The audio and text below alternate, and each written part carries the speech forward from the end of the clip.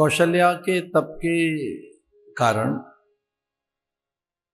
भगवान ने उन्हें सर्वांग रूप में दर्शन दिए। वो अयोनिज हैं, भगवान जन्म नहीं लेते, वो अयोनिज। कौशल्या ने चहुं दिशाओं से, फिर 10 दिशाओं से, फिर प्रत्येक तत्व से प्रकाश उद्भूत होते देखा। कौशल्या ने देखा था कि प्रत्येक दिशा से कोई प्रकाश प्रकट हो रहा है। वे उस अलौकिक प्रकाश को देखकर विस्मित और आनंदित हुए। प्रकाश के प्राकट्य के साथ ही उन्हें ऐसा लगा कि वह सत्ता आ रही है जो सर्वव्यापक है,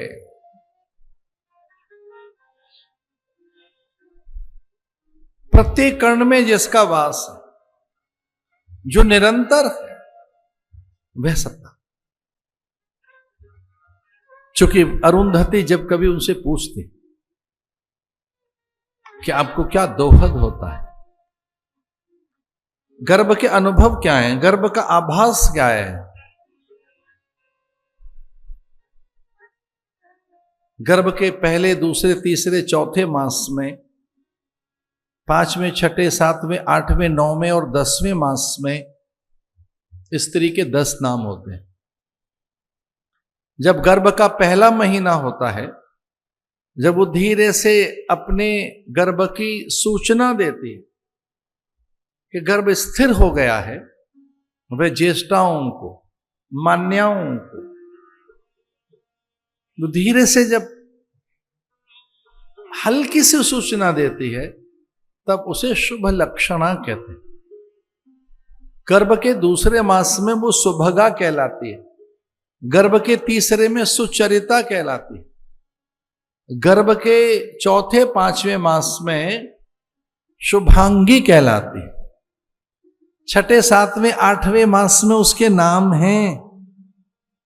लेकिन जैसे ही 7वां महीना हो जाता है और सीमंतोन्नयन संस्कार हो जाए, तब वो कांता कहलाती है।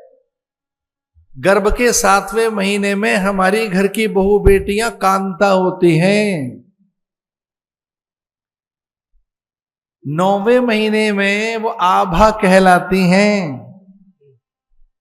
6ठे, 7वें महीने प्रभा, उनकी दीप्ति, नवलता, द्युति, उनकी विशिष्ट आभा, उनका एक अलग प्रकार का तेज, ये बताता है कि भीतर में कौन बैठा है, होगा क्या। उनमें गंध, अलग प्रकार के उनके स्वप्न, अलग प्रकार की उनकी रुचियां। अब मुझे क्षमा कर देना, एक बार कौशल्या का मिट्टी खाने का मन बन गया और अरुंधति से उन्होंने ये बात कही कि हे गुरु माता अरुंधति, जिन्होंने पता नहीं कितने पुत्र देखे, इनसे पहले इनके ससुर के ससुर को, ससुर के ससुर को देखा है, पता नहीं कितने पैदा कर दिए उसने। रघु, दिलीप, अंशुमान, भागीरथ, दीर्घतमा, दीर्घबाहु, खड़बांग, अज, दशरथ पैदा हुए उसके साथ। तो कितनी बड़ी है। एक बार मृतिका खाने का मन बना उनका कि मैं एक बार मिट्टी अपनी जिह्वा पे रख लूं, और स्वयं सरयू के तट से जब वो उन कणों को बटोर रही थी तो एक द्युति, आभा, उन्हें लगा विद्युत एक साथ उनके हाथ आ गई, फिर धरती एक साथ सिमट गई। धरती की गंध ने, धरती के तेज ने उनके हाथों में स्पर्श किया।